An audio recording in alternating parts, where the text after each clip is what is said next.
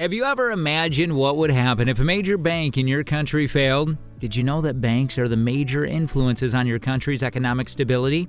Have you ever thought of what to do if a bank in which you have a hefty deposits fails one day? Let us peek into the current scenario where American banking history faces the second biggest banking failure.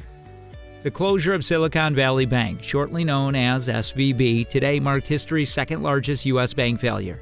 SVB held $209 billion in assets at the moment of its doom.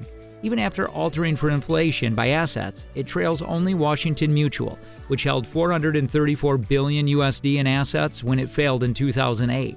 SVB's failure surpassed those of Continental Illinois National Bank and Trust in 1984, with a loss of $117.2 billion, and First Republic Bank in 1988, with a loss of $83.6 billion.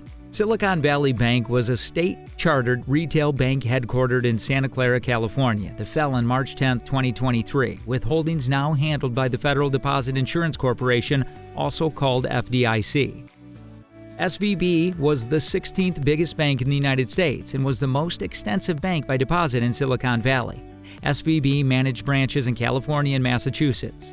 The bank is formed at the primary business of SVB Financial Group. It is a publicly traded bank controlling company with other deputies and operates offices in 13 further U.S. states and over a dozen transnational jurisdictions.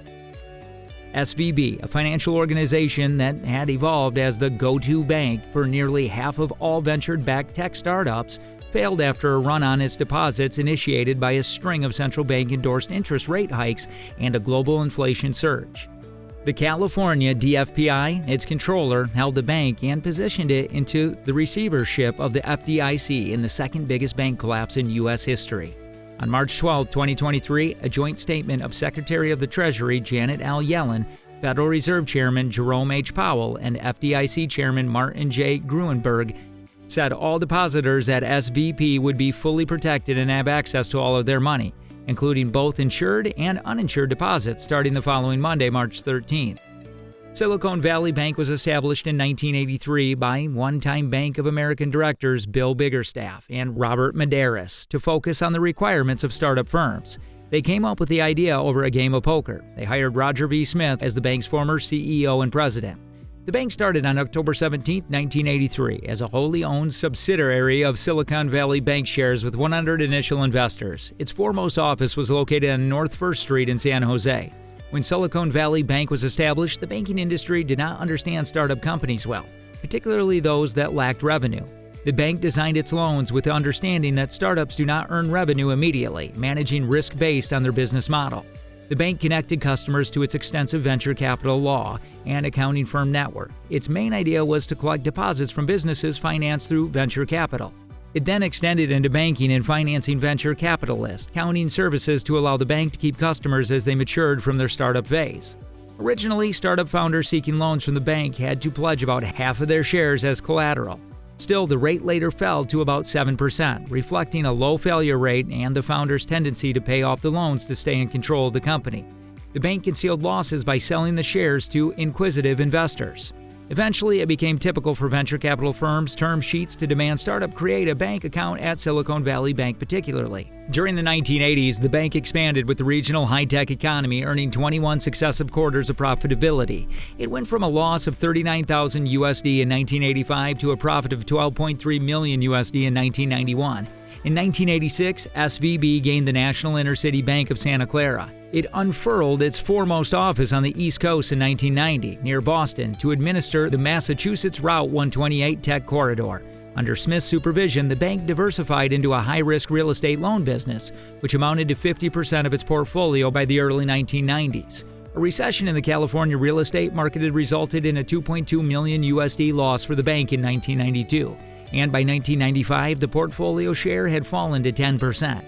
The bank's clients were primarily businesses and people in the technology, life science, healthcare, private equity, venture capital, and premium wine industries. On December 31, 2022, 56% of its loan portfolio was loaned to venture capital organizations and private equity establishments, secured by their limited partner associates and used to make investments in private firms. 14% of its loans were mortgaged to high net worth individuals, and 24% of its loans were to technology and healthcare companies, including 9% of all loans which were too early and growth stage startup companies.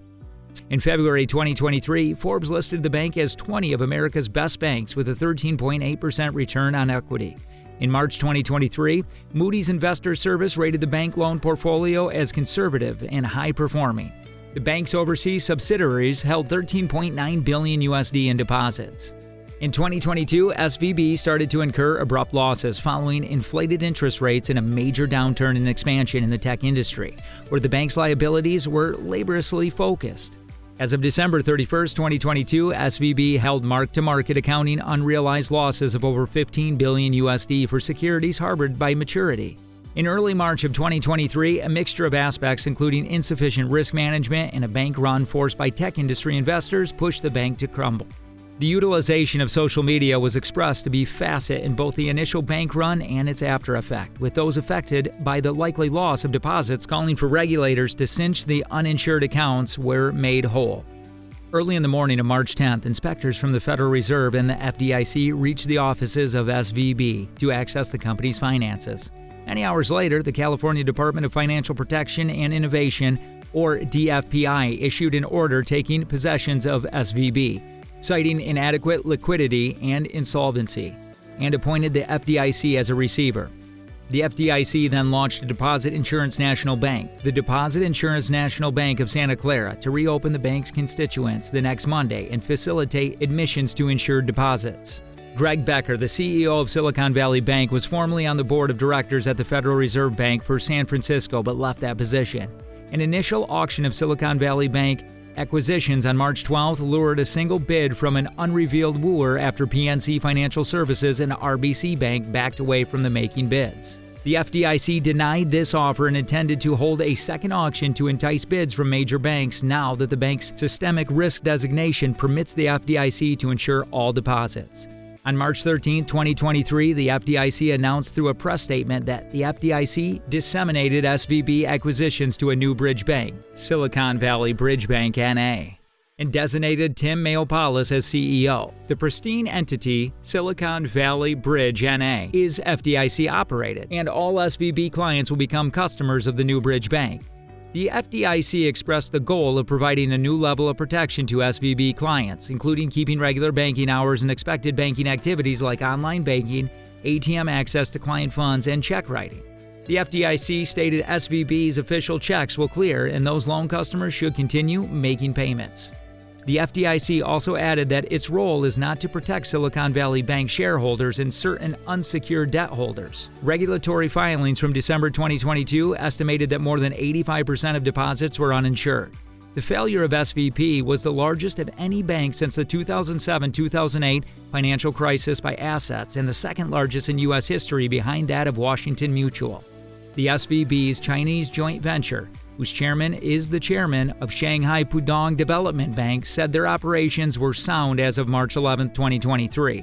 The UK government announced that it was working on a lifeline for British tech firms affected by the collapse of the bank and its branch in the United Kingdom as part of the fallout from the parent bank.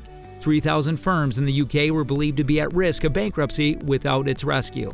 On March 13, 2023, after bidding, it was announced that HSBC UK had agreed to acquire Silicon Valley Bank UK for £1 in a rescue deal, at no cost to the taxpayers and with depositors fully protected. On March 17, 2023, Silicon Valley Bank's parent company, SVB Financial, filed for Chapter 11 bankruptcy.